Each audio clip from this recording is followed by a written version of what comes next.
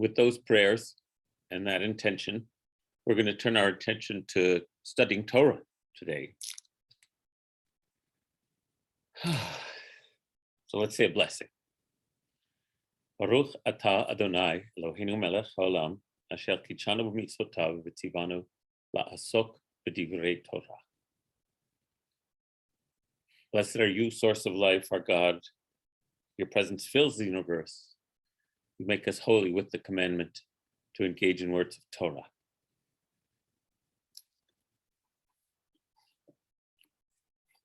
Whoops. This Torah portion, I'll put this over here, is called Vayak'hel, which means, and Moses assembled. He assembles all the people of Israel. And my thoughts are actually going in a lot of directions today.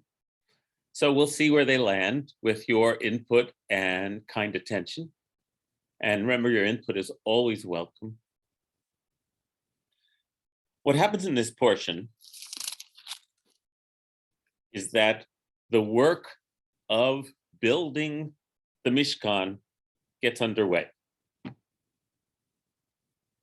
Bitzalel, the head craftsperson, his assistant Oholiav, and every man and woman who are chokhmat lev, who are wise of heart, is the beautiful phrase in the portion, meaning that they have the ability to craft. That's what wise of heart means now here. And it actually, interestingly, comes from the Hebrew lachshov, which means in modern Hebrew to think, also means in biblical Hebrew to fashion. So a machshava, which in modern Hebrew is only a thought, a machshava is a thought, lachshov is to think, it says. And so in the context of this Torah portion, it means to imagine, visualize what you're going to create, and then create it. So when it says chacham lev, they are wise of heart, it's this ability to think thoughts, but more than think thoughts, to conceive, visualize, and manifest, which we're going to discuss is the quality that I think most of all the Torah means when they say we are made in the divine image. The divine, the creator, who somehow conceived the idea of the universe, then visualized it, saw a blueprint of it in the one's mind, and then manifested it in this astonishing creation. And we have that capacity as well. And the reason I'm talking about chacham, about wise of heart and this being in God's image is because, as many of you will remember, the chief craftsman's name is Bitzalel. Bitzalel means Bitzel El, in the image of God. Okay, but in long form, that's B'Tselem Elohim, in the image of God. B'Tzel El. So the chief craftsman, the head of this whole operation, is an archetypal human, right? The idealized human as we were created to be, who has this capacity because of the divine nature that's been implanted into us to conceptualize new worlds, make a plan for them, a blueprint, and then manifest them in the world, in something new in the world. Beautiful, isn't it? So that's Bitzalel. The other key phrase, chacham lev, as Ellen Weaver put into the chat, it also says nediv lev, which means willing of heart. A nadav is a volunteer. So, in order to do this holy creation work, it has to be with a completely willing, generous heart and the wisdom of being able to fashion. And the other word that gets used is nasa libo, uplifted hearts. So this act of creation, which is associated with the heart, and again, in biblical Hebrew, the heart is associated as the seat of consciousness. What we think of as here, the Torah says is here. But the heart is also the seat of love. So if you don't think the seat of consciousness is also the seat of love, don't talk Hebrew. Okay? And my point is that this seat of awareness that makes us somehow in the image of the divine, in order to do this work, this activity that we were created to do, we have to have a heart that is wise, that is generous and not attached to what you're doing, but giving it away, and is uplifted, not crunched or crushed. Right. So we can pause there for a moment and wish us all that awareness.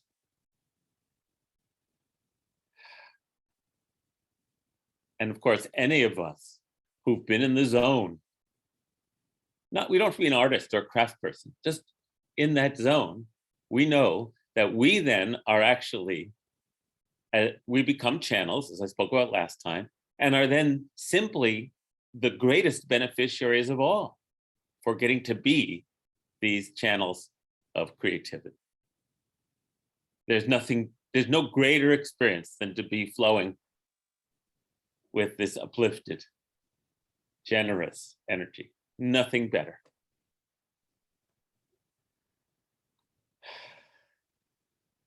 Did you want to say, were you raising your hand, Leah? Unmute yourself, please. I am unmuted. Well, talk. I want to say, yeah, but. Finish your sentence. God sees and sees and sees the results and sees the results. And I'm wondering what results he's seeing or God is seeing. I'm wondering where we have to go, how far we have to go. We can't go to another flood, another Tower of Babel, another, Lot's wife thing. Right. How far do we have to go to get on the upside of things? Mm-hmm. Got it. And just as the Torah says, I'll say, we may be failing, Leah. We may be failing at fulfilling our divine potential. And Judaism is, and the Torah is an ongoing record of our failures. And yet, an ongoing reminder of what we might be capable of. I can't reassure you. Ellen Weaver, please. And yet, even as you were speaking, that how wonderful it is when we get into that flow and there's this spaciousness and generosity, and that then it's interconnectedness, and that's as far as we ever need to go, is to open a little more. Mm-hmm. And then that helps us open a little more. Yes. Thank you. Thank you. But I mean, as you spoke it, it happened for me. That's my goal. Mm-hmm. It reminded me. Yes. We want to remind each other of our divine nature and find ways to do that all the time. And per Leah's comment,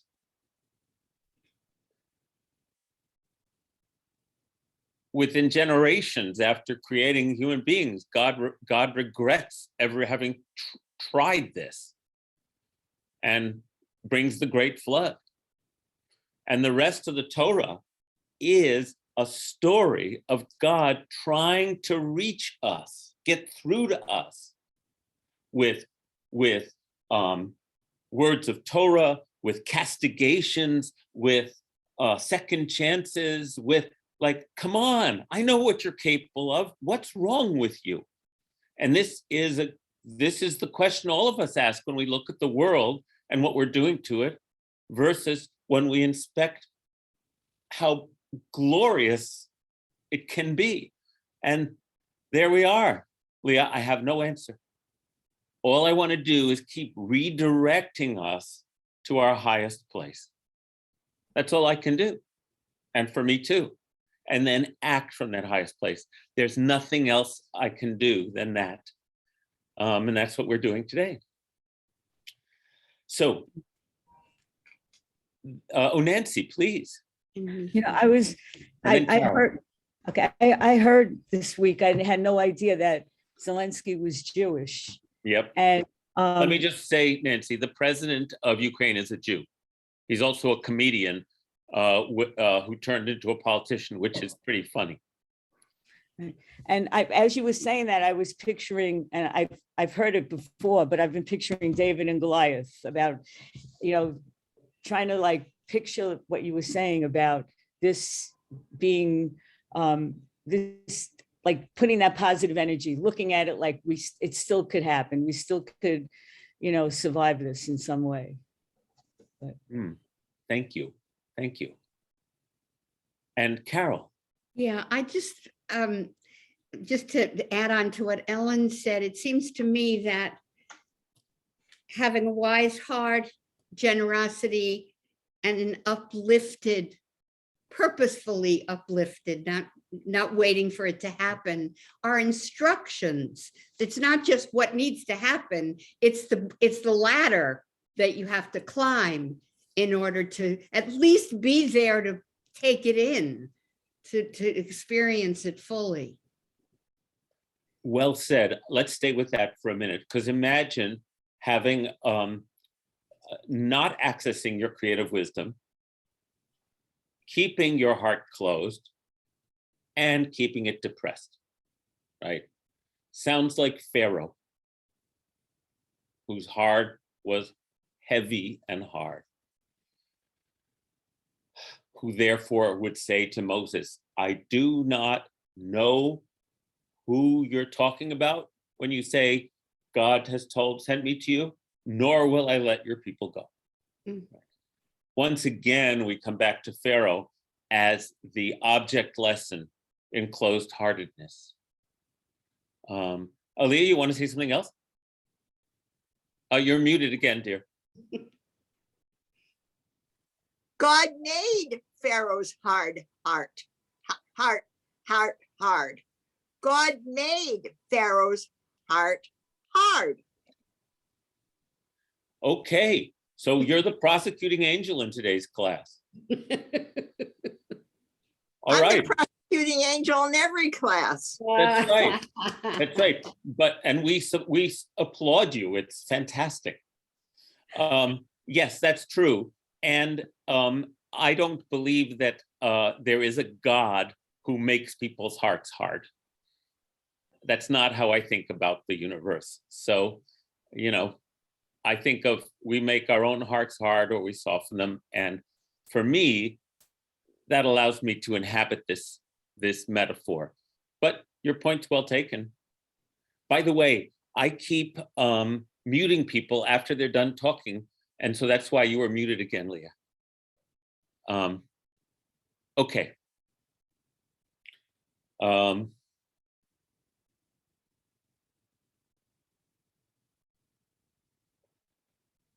Let's just say that I don't have sympathy for tyrants, no matter where the source of their affliction comes from, and that they're not the answer to God's question of where are you? Maybe God made Pharaoh's hard heart in order to, as it says in the Torah, to show the world that hardened hearts aren't going to prevail. Who knows? Okay, but back to our portion, which I want to look at some more. So if we are made in the divine image, I was looking at Rabbi David Foreman's video at aleph-beta.org today, and he gave us a beautiful image about, now, the Jewish mystical understanding of the universal creative process is called tzimtzum, which is that the divine wanted, this is a story, please, everybody. Every story we tell is in our own image, because that's the farthest we can go with our imagination, is our own experience, and then extrapolate from there. Okay, so enough said about that. In this story about creation, the divine, which at this point is everything and nothing, wants to create. And so, in order to create, since the divine is everything, the divine needs to create a space where God isn't, in order to manifest a creation. Okay, that's how they tell the story.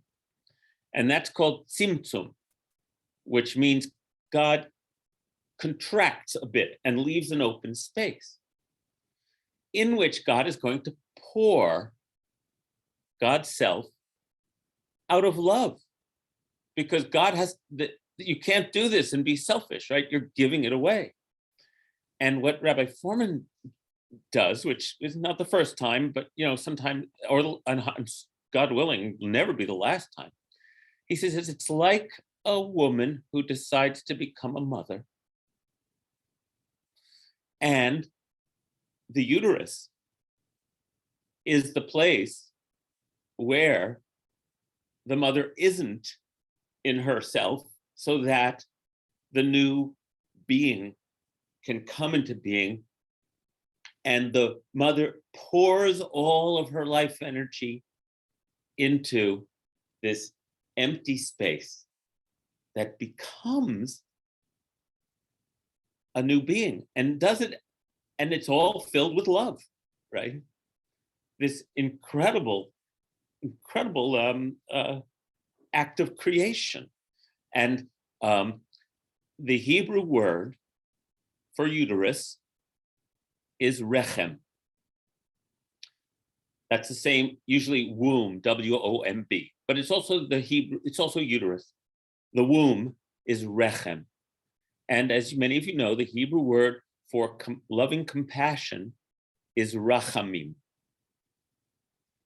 So one cannot create fully without mother love, without the impulse to give life to this new being in your own image, right? You're creating a being in your image that you want to set on their feet and be independent, to make their own worlds.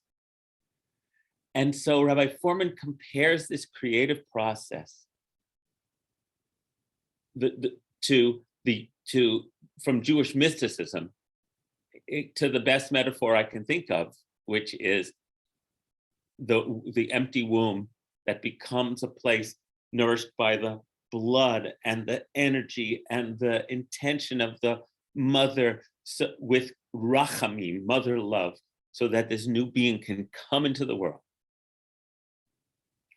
So Bezalel, even though he's a male figure, of course, in the Torah, because that's the default in the Torah, even though it's explicit in this portion in a way that's unusual, that the women and the men, it's repeated over and over again, everybody, that everybody's doing this. So that's an interest that's worth noting and uplifting. But Bezalel as default is male.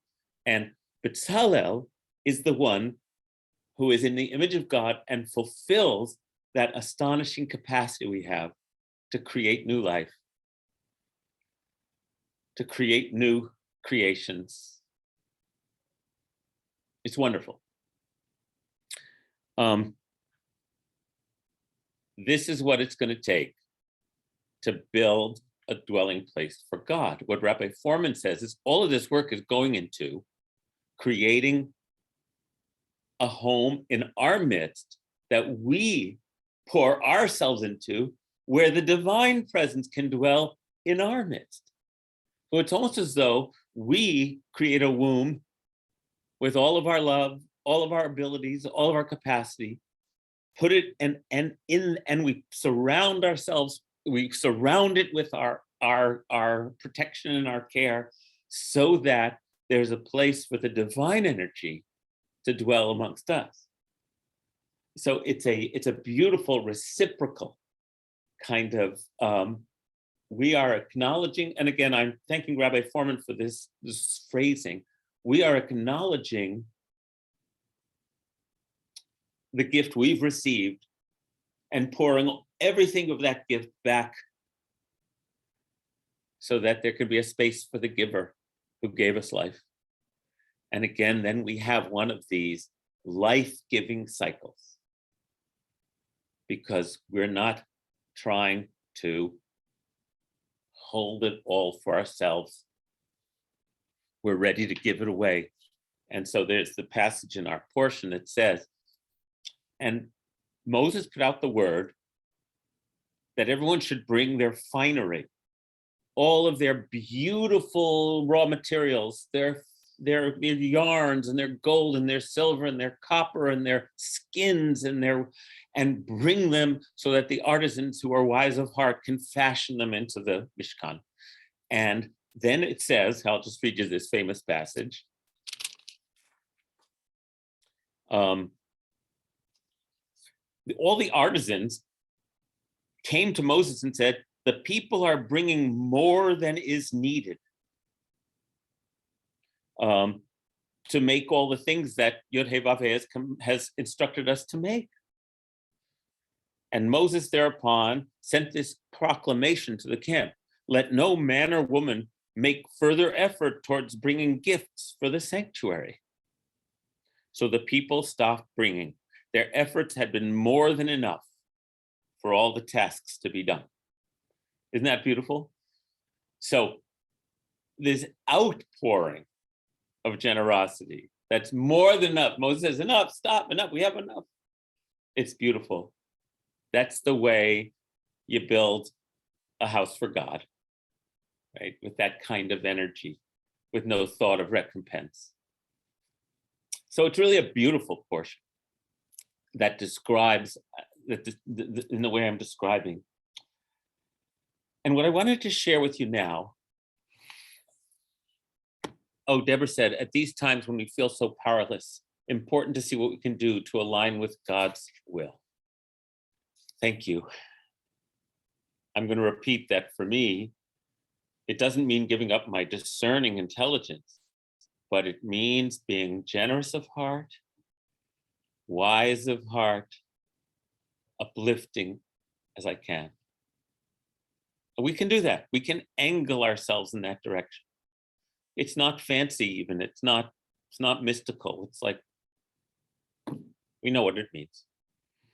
So, changing the subject a little bit, I made a chart, which I'm going to share with you. Again, for some of us who've studied Torah for a while, modern biblical scholars name this, the Torah is written in a literary structural form that is different from modern literary structural forms. And the Torah matches many ancient literary structures. One of its favorite formats is called chiasm, C-H-I-A-S-M, which is a fancy Greek word, which I'll show you what it means with the graphic rather than try to describe it. Here, I'll share my screen. Okay. I just made this up this morning. It was fun. A chiasm is where, if this is A, let's see. I want to make that bold, I guess. This is A. This is called A prime.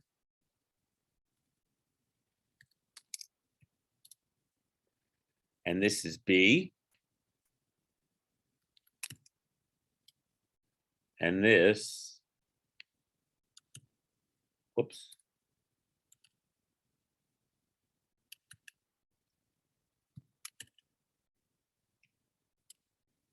And we'll make that C.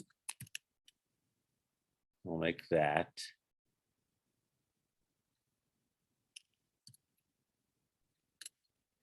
We'll make that D.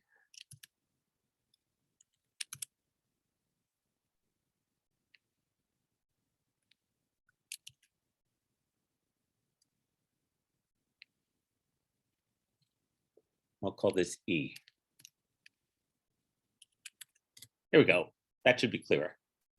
Whoops, this has to be like this.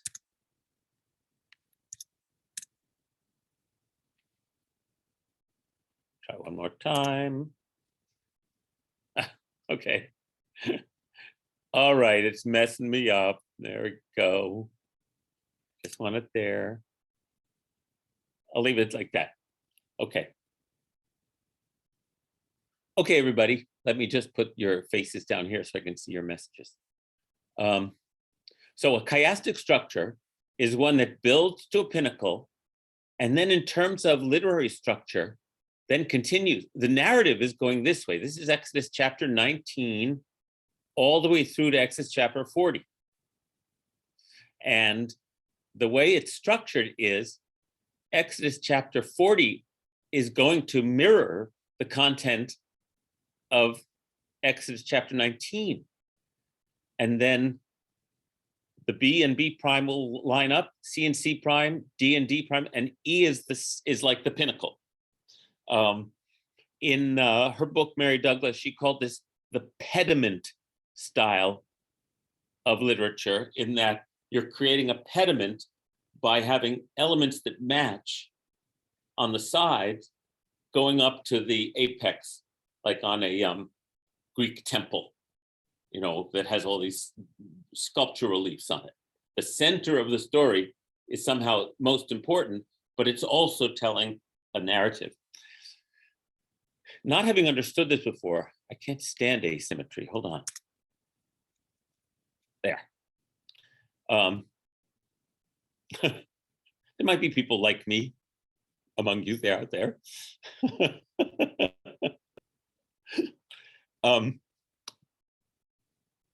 So when we read these last 15 chapters, oh good, a lot of me toos. When we read these last chapters of latter part of the book of Exodus, if you're just reading them, you literally read 6 chapters of instructions that Moses received from God on Mount Sinai about how to build the Mishkan, everything that's going to be in it, and the high priest garments, all the components of the Mishkan. And then you've heard it all. And then in these 3 chapters, you hear it all again. And now Bezalel makes all this stuff. And one says to oneself, why do we have to listen to this again? The answer is because of this structure. So let me explain it to you. I think you'll find it interesting. So in Exodus chapter 19, the children of Israel arrive at Mount Sinai. The mountain quakes. They hear the 10 commandments. They say, we will do this. And then Moses ascends into the cloud for 40 days and 40 nights. Okay, that's what happens in those chapters. At the very end of the books of Exodus, we'll see that Moses assembles the Mishkan, which means that at the very end of the book of Exodus, God's presence dwells amidst the people. Now, what's going on here? Here in A, the children experience the fullness of God's presence at Mount Sinai. The mountain quakes, they hear the voice. It's absolutely terrifying. But their instruction is somehow to take that experience and translate it into the everyday structure of their life so that God's presence will be, thank you. So that God's presence will be with them in the camp all the time. So the experience of the unmediated divine presence, and then the construction, the creation of the sanctuary in the middle of the camp, in which that divine presence can be continue to be experienced. That is the final destination. So in the B section of this chiasm are Parshat Truma and Tetzaveh, where Moses receives all of these instructions from God in great detail. It is mirrored by, let me get that out of there. It is mirrored by these sections where Bezalel and company fashion all the components of the Mishkan. Here's the blueprint, here's the manifestation. Okay? Then, in the way this is written, because you'll see this all over the Torah. In C, Yod-Heh Vav-Heh identifies Bezalel. That's at the beginning of last week's portion, Kitisa, and all who are wise of heart to create the Mishkan according to the divine blueprint. And then in C prime, Bezalel and all who are wise of heart are commissioned by Moses to do the work. And then interestingly, and I want us to talk about this a little bit, in the ascent to the top of the pediment, right after Bezalel is identified and told to create the Mishkan, we have the blueprints, we have the experience of divine presence, the blueprints for how to create a dwelling place for that divine presence in your midst, rather than have it just be a transient experience. Then the identification of what the human qualities are that are going to allow this to happen within your everyday experience. And then it says, and you must keep the Shabbat.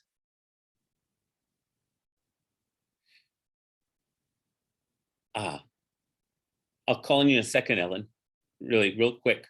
And again, in this interesting way that this is structured, the next thing that happens is the golden calf drama, which essentially stands apart,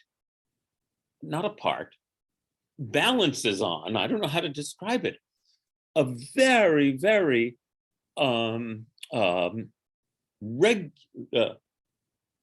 specific and clear ladder of activity. So we'll talk about why the golden calf maybe perhaps is in that position.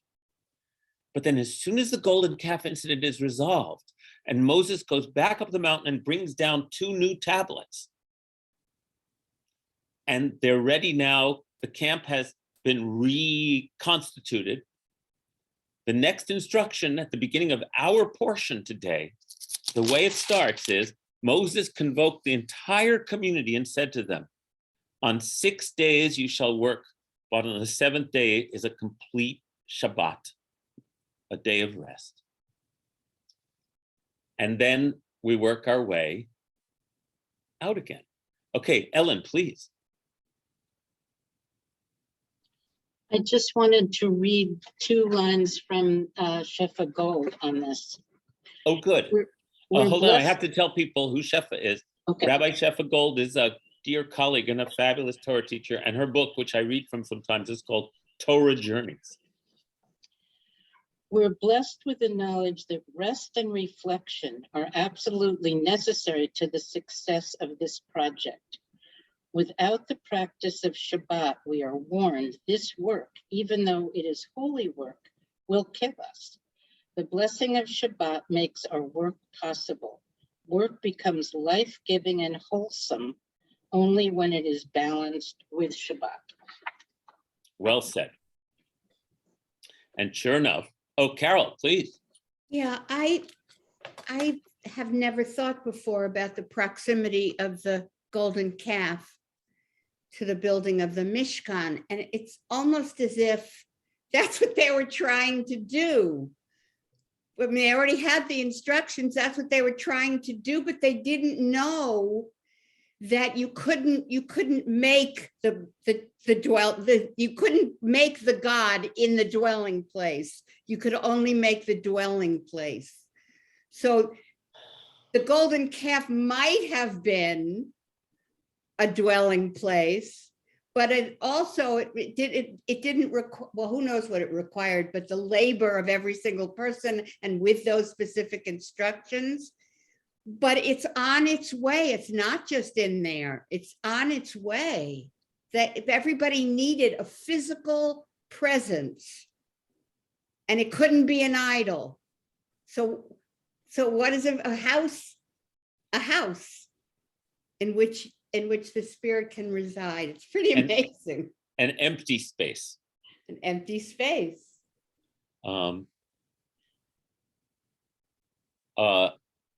Ellen Weaver says they didn't know because the first instructions were given to Moses on Mount Sinai. Yes, if you take a temporal view of this, they don't have the instructions yet. They only exist up on the top of the mountain. Well, then even more, they have the impulse. That's right. They have the impulse. But they couldn't wait because they panicked. So that sense of desperation and panic lead them into these actions. And Shabbat somehow plays into that as well. The golden calf episode is intentionally bracketed by the reminder that we have to have Shabbat. So we were talking about this, let's see, and Deborah said, and it is easy to get distracted by false idol. And needing to replace Moses, not God. Yes, they say, that man Moses, we don't know where he went. We need, make us a God. And he says, well, give me your gold rings and the gold rings off of your wives and children. And they poured on with the same odd generosity that they later pour into the Mishkan. It's, you could think of this I could think of this off the top of my head, and obviously this has been written about an awful lot, that there's nothing wrong with the children of Israel, per se. There's nothing wrong with us. We just need a holy direction in which to pour our passion and energy. And that's the whole thing God's trying to accomplish by giving us the Torah. It's like, I get it, you humans. I made you, you have this life force, it's unstoppable. I didn't quite calculate for that when I made you out of flesh and out of the earth and out of the elements of the earth and made you flesh and blood. I didn't calculate how powerful that life force would be. Now I have to figure out how to give you a container, a holy direction, a sense of purpose, and a sense of covenant, of sacred relationship, in which you can pour all that energy. If we don't have that sacred relationship, and that committed understanding that we have to curb our enthusiasm, and direct it and pour it. Any artist knows that paint splattered on a wall, it's like, that's not what you're doing it for. There's something else you want to have happen. So this impulse has to be channeled. And going back to what Leah was saying, it's like, yeah, the whole purpose of the Torah is to say, we see how wretched human beings are. And yet we know how magnificent human beings are as well. what is it going to take? What is it going to take so that we can direct our magnificent, exuberant, unbounded life force and somehow put it in the service of holiness? Carol? What I'm hearing is God getting to know us better.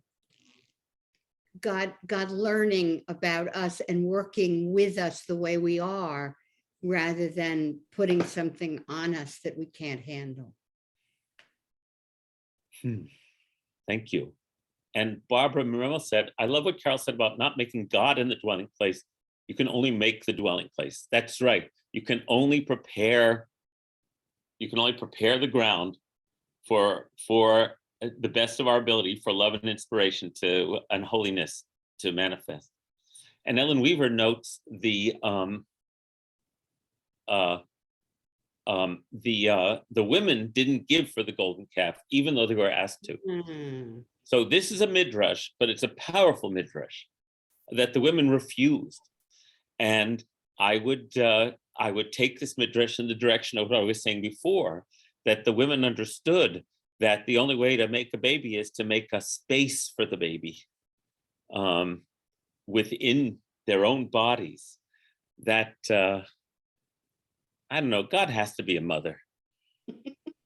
So David Kagan tells us that Atbash, which is an acronym for Aleph, Taf, Bet, Shin.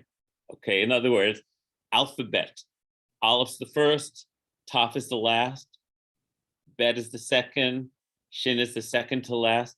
This is the Jewish Hebrew term for the pediment-like literary structure. A, Z, B, Y, right. That's, thank you for that, David. Okay, so let's spend our last few minutes, I'll stop sharing. I hope you found that chart interesting.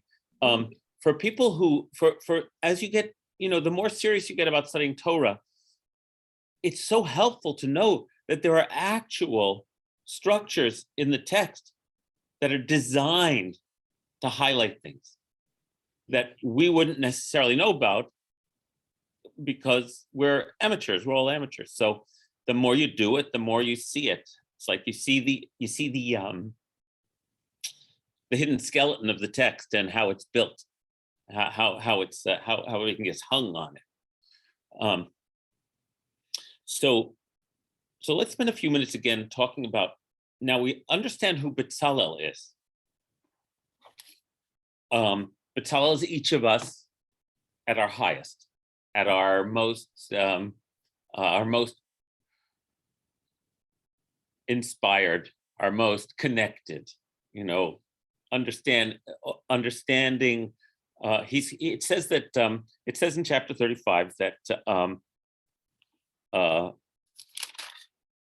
Bezalel has been endowed with chokhmah, bina, and da'at, which hard to translate, but chokhmah is wisdom, bina is the ability to contemplate, to reflect, to cook, to let the ideas cook.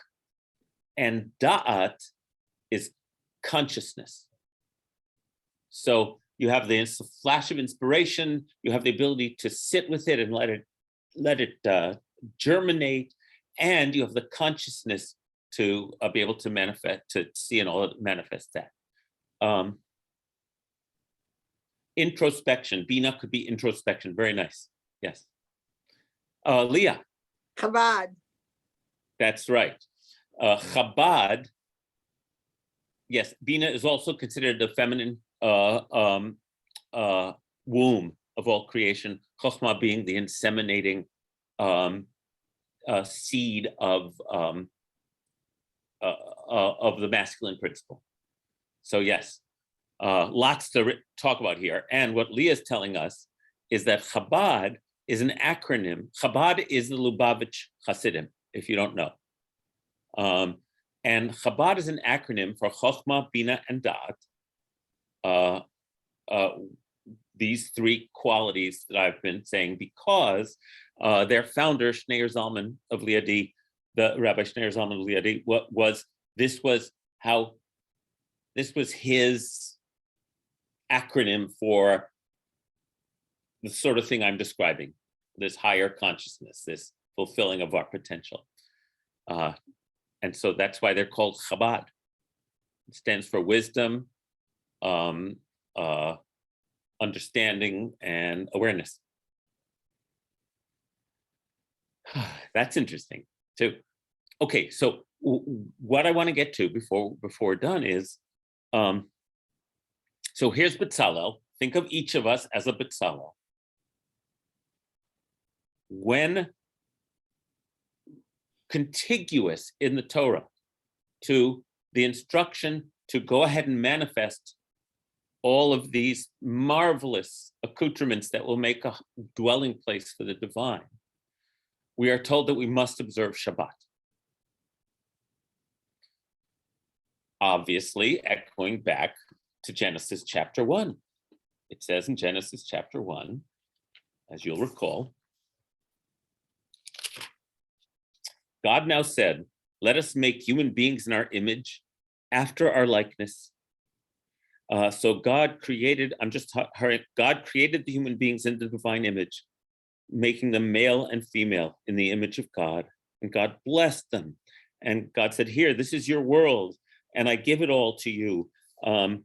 You get to master it and domesticate it and feed from it and make it, all the things that we humans can do and have done. And then God surveyed everything, and behold, it was very good. And there was evening and there was morning the sixth day. And on the seventh day, God ceased and rested from all the work that had been done. And God blessed the seventh day, blessed it and made it holy, and ceased from all the creative making that God had been doing. So if we're made in the image of God,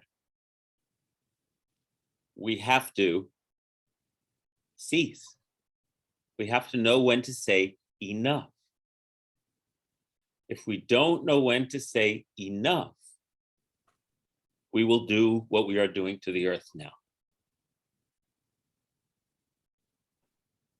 So one of the key features of manifesting our divine image, according to the Torah, is to know restraint, to be able to exercise restraint, and to do it as a regular practice, both for the purpose of renewing ourselves, for the purpose of practicing expanding our awareness by reflecting on what we've been doing, and for the purpose of giving the world the rest it needs from all of our overwhelming energy. So being made into the divine image, it is not sufficient to say, well, that shows that we're creative like God. Not according to the Torah.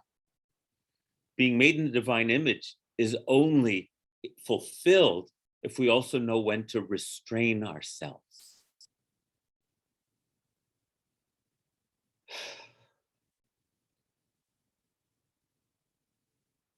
We're doing terrible, everyone, as a species. I mean, Leah's got her eyes open, so do we all. But the instructions are right here. And I wanted to show you the holy structure of the text that makes that, without it, what happens? The golden calf. In that visual,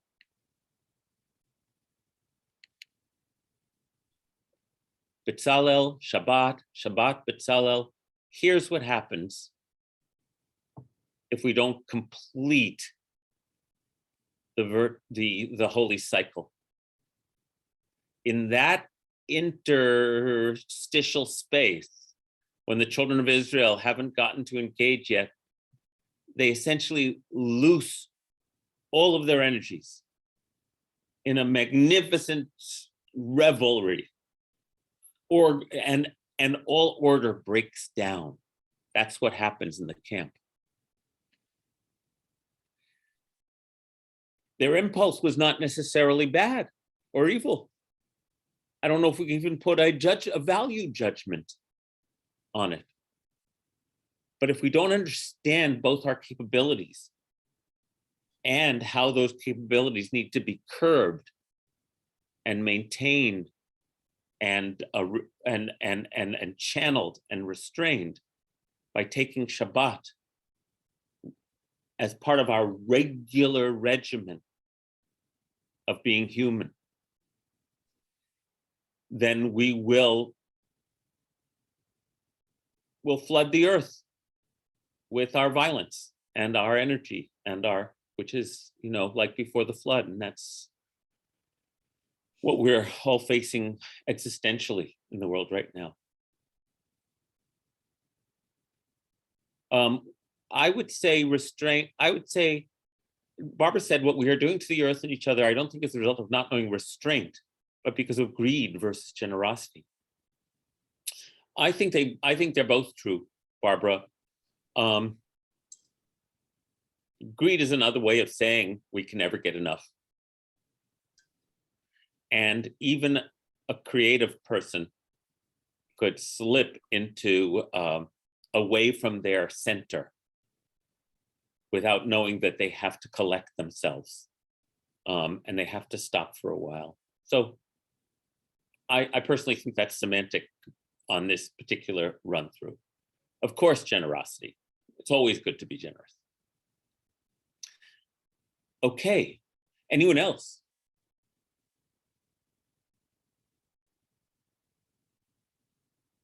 Sometimes we need to say no to ourselves.